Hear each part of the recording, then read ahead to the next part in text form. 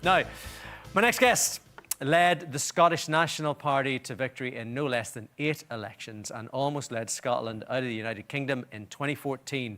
Despite being dubbed by the Daily Mail as the most dangerous woman in Britain, she remained one of the most popular politicians of her generation until she resigned in 2023. Would you please welcome former Scottish First Minister Nicola Sturgeon.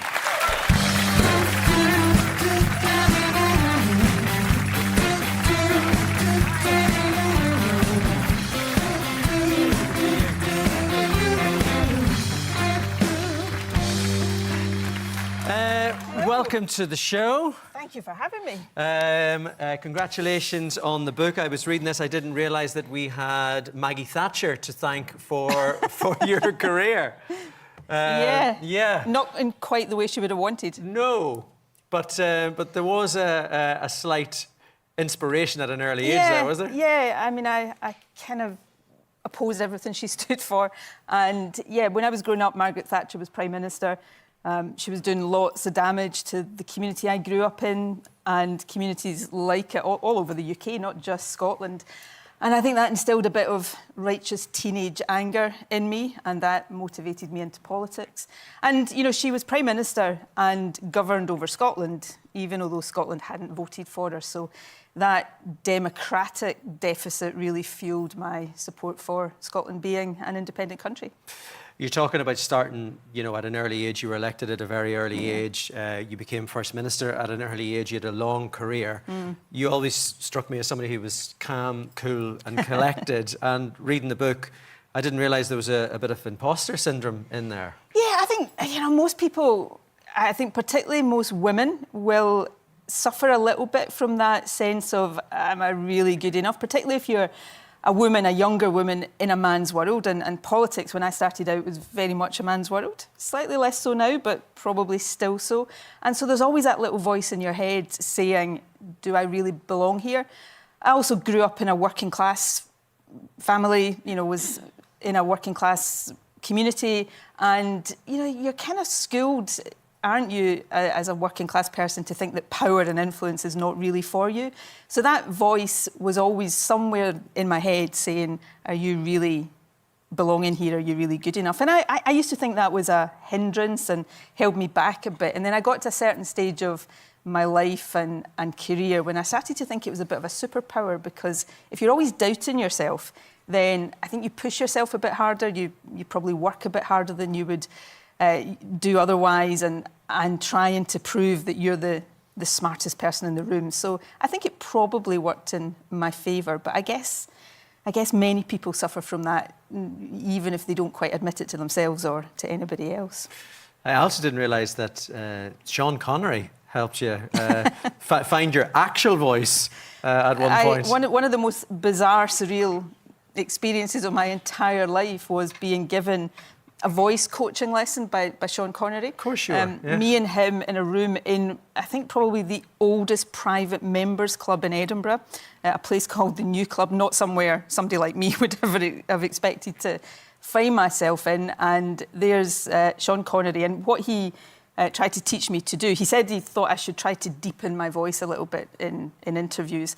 And so he said he was going to show me the trick he used when he was a young actor starting out, and it involved putting a folded up piece of paper between my teeth and being instructed in sort of sentences and words to say by James Bond himself. Oh, wow. And it worked. It kind of deepened my voice. The name's Sturgeon. Exactly. Nicola. And the thing is, you're meant to, when you're doing interviews, you're meant to talk as if you've got a piece of paper between your teeth, but it's not that easy to do in an interview. It's probably easier to do in a movie set than it is when you're being grilled by an interviewer. So I'm not sure I used the technique very often, but it was a nice thing to have. Sean Connery was, a big supporter of the SNP, a big advocate for Scottish independence. That, of course, was the big political defining issue of your career. It didn't happen. It hasn't happened yet. It didn't happen on your watch. It didn't happen on my watch. How big a blow was that? Yeah, I mean, I'll always carry a little bit of regret about that, I think, but I think Scotland will become independent. You know, the demographics of support for Scottish independence are quite striking. Population at large, it's about 50-50. But in the younger age groups, it's much, much stronger than that, 60, 65, 70%. And that's not changing as people get older. So I think it will happen. Brexit brought the arguments for Scottish independence much more strongly to the fore. And actually, we've paid a big price for not opting for independence in 2014. You know, one of the arguments that was used by the No campaign was we'd get thrown out of the European Union if we voted for independence. And lo and behold, we ended up outside because we didn't vote for independence. You're talking there about Brexit in 2016. That referendum was in 2014. In hindsight, did you go a bit early with that referendum? Well, we weren't to know what would happen a couple of years later, of course. And, you know, had the referendum for independence happened after Brexit, then, yeah, I definitely think it would have gone the other way. But, you know, that's life. That is the sequence that unfolded. As I say, I think Scotland will be independent. I think the whole, you know, setup of these islands will probably change. The relationships between the different parts of them will probably change over the next 10, 20 years. And I think it will be for the good. How do you think those relationships will change? What do you see Britain and Ireland looking like in 10, 20 years? I think Scotland will be independent. I think Do you think there'll be a united Ireland? If I was to predict, and my opinion's not that important, I'm an observer sitting in Ireland just now. I would predict that, yes, that is likely to be the case. And I think, you know, when I was First Minister, one of the things I always enjoyed doing was attending the British-Irish Council. And it always struck me that when Scotland is independent, if there is a united Ireland, then all the same players are still around that table, cooperating and collaborating. It's just the status of some of the people around the table is different, and the relationships are different, and I think they will be healthier as well as a result. There's lots of people on this island that would like a referendum on a united Ireland sooner rather than later. Yeah. What advice would you give those people based on holding that referendum and not being successful? I think if there is to be a border poll, a referendum here, then for those who want that and those who want the outcome to be a united Ireland, I would say make sure you get the detail of your arguments really, really strong and robust, because however strong you think they are before you're in the white heat of battle with all of the scrutiny that will come, you will find that they come under a lot of pressure. So make sure you do your homework, make sure you know your arguments inside out. I would also say, you know, in these, certainly the experience of the Scottish referendum was that people voted with a combination of head and heart. And I think the arguments have got to straddle both, but it can't be all heart and no head. I think there's got to be, you know, really hard-headed arguments as well, would be my unsolicited advice. Okay. You mentioned Brexit there. Big Brexiteer Nigel Farage in England. There's polls saying that he could potentially even be in government at the next election. How does that make you feel? Horrified, to be blunt about it. If there was an election in the UK tomorrow, I think he would emerge from that as Prime Minister, and that horrifies me.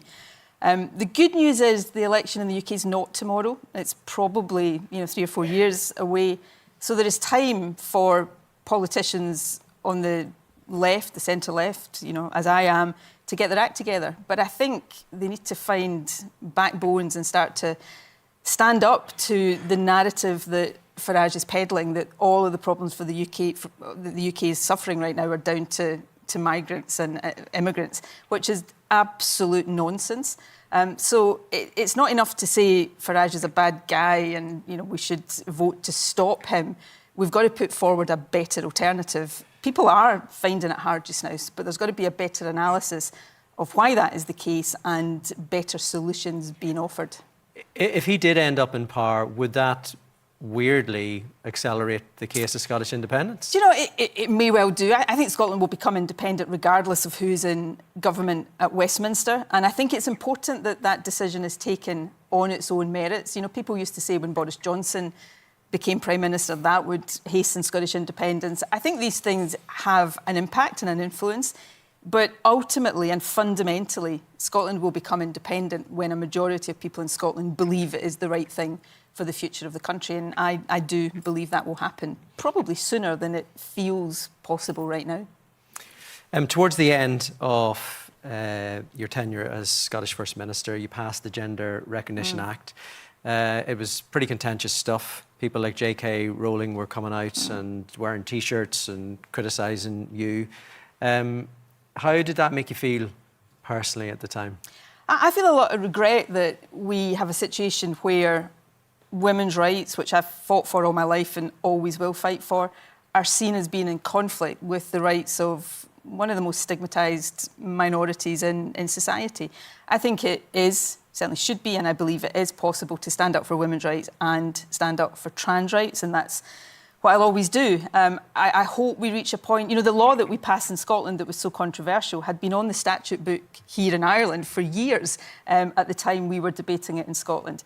So I hope we reach a point where this issue is less contentious, less toxic. I think in terms of how we go about debating these things, because people are entitled to think I'm totally wrong, and many people do, many people don't.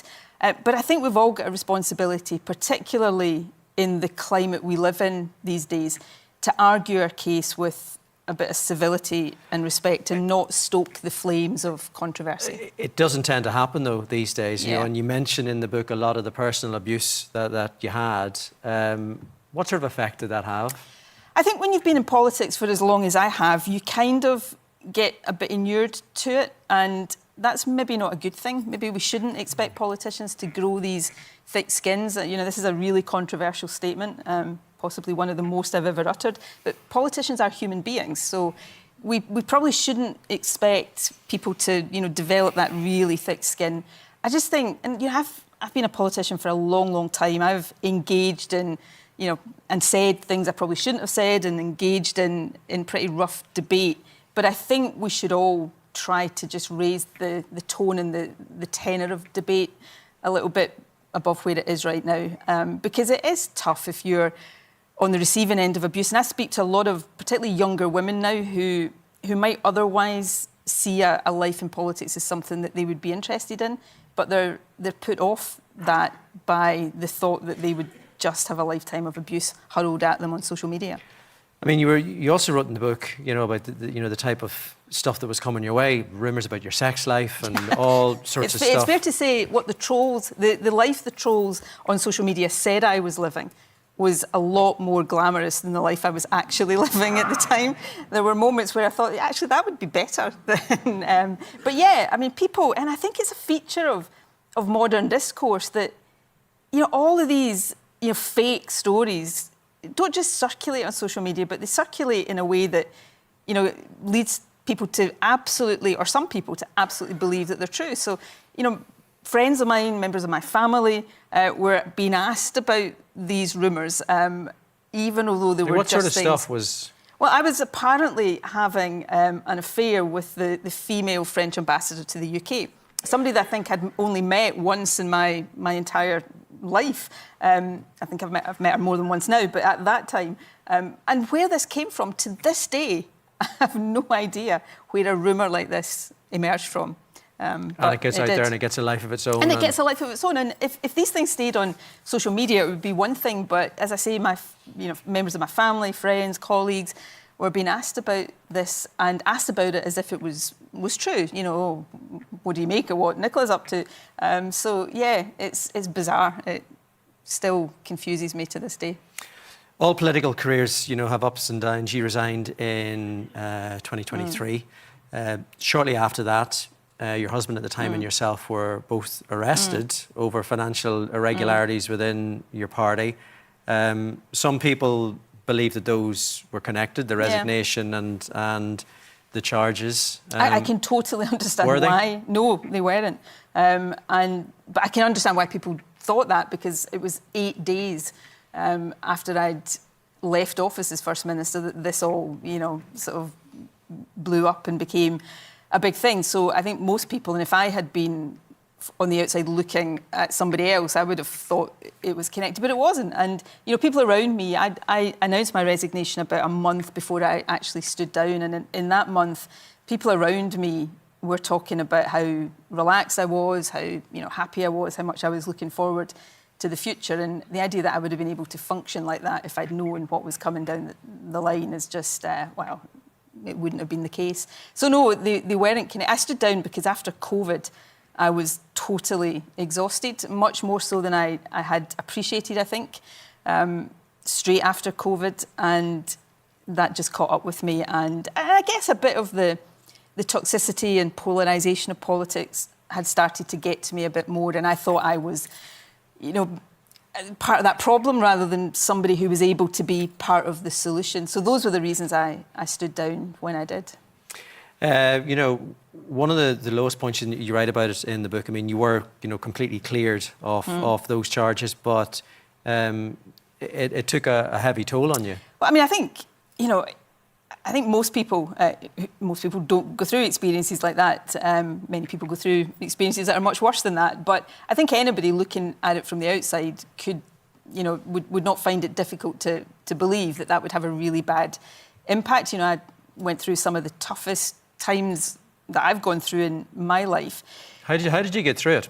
I got through it. I've always been a resilient person. It turned out I was more resilient than even I thought I was. But I also got through it with the support and love of some really good friends, my family, and just having a determination to keep putting one foot in front of the other. And although I write in the book about how tough that was, I also write about coming out the other end of it, because it is a story as much about that kind of resilience and overcoming that adversity as it is about the impact of it on me itself.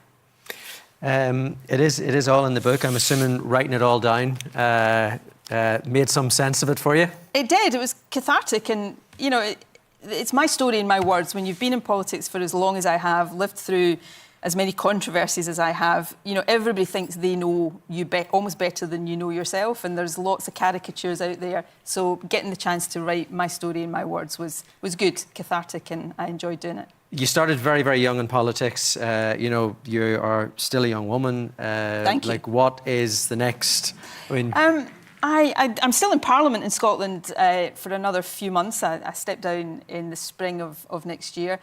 And after that, who knows? I want to write more. I've got this, which I've had since I was a little girl. I've got this ambition to write a novel. So I have no idea whether I've got what it takes to actually do it, but I'm going to have a go at that and just find different ways to speak out and speak up on the kind of issues I care about. But I'm really looking forward to a different type of life, a different pace of life, and so far, on the strength of publishing this book, I'm enjoying it. Well, look, thank you so much for joining us tonight. One Thank more you. time, Nicola Sturgeon. Thank you very much. Thank you.